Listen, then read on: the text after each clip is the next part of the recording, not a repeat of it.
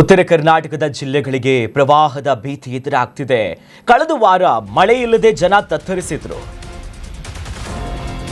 ಉತ್ತರ ಕರ್ನಾಟಕದ ಭಾಗಗಳಲ್ಲಿ ಒಂದು ಕಡೆ ಪ್ರವಾಹದ ಭೀತಿ ಇದೆ.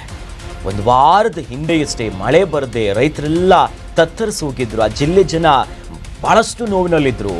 ಆದರೆ ಈಗ ಜನ ಜಮೀನು ಎಲ್ಲರೂ ಕೂಡ ನೆರೆ ನೀರಿನಿಂದ ಹೈರಾಣಾಗಿದ್ದಾರೆ. ಮಹಾರಾಷ್ಟ್ರದ ಪಶ್ಚಿಮ ಘಟ್ಟದಲ್ಲಿ ಸತತವಾಗಿ ಮಳೆಯಾಗ್ತಿದೆ. ಧಾರಾಕಾರ ಮಳೆ ಇದೆ ಅಲ್ಲಿ.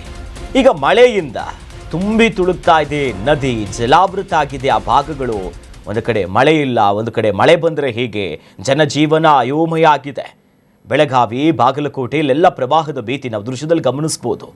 ಇನ್ನು ಭಾರಿ ಮಳೆಯಿಂದಾಗಿ ಕೃಷ್ಣಾ ಮತ್ತು ಮಾರ್ಕಂಡೇಯ, ದೂಧಸಾಗರ, ದೂಧಗಂಗಾ, ವೇದಗಂಗಾ ನದಿಗಳ ಒಳಹರಿವು ಕೂಡ ಹೆಚ್ಚಾಗಿದೆ. ಇನ್ನು ಅಪಾಯದ ಮಟ್ಟ ಕೂಡ ಮೀರಿ ನದಿಗಳು ಬೋರ್ಗರಿತಾ ಇದೆ. ಸಾವಿರಾರು ಎಕರೆ ಜಮೀನುಗಳು ಜಲಾವೃತ ಆಗಿದೆ. ಬೆಳೆಗಳನ್ನ ಬೆಳೆದಿದ್ರು, ಒಂದಿಷ್ಟು ಕಂಗಾಲಾಗಿದ್ರು ರೈತರು. ಬ್ರಿಡ್ಜು, ದೇವಸ್ಥಾನ, ವಸತಿ ಪ್ರದೇಶ ಎಲ್ಲೆಡೆ ಜಲ ದಿಗ್ಬಂಧನ ಆಗಿದೆ.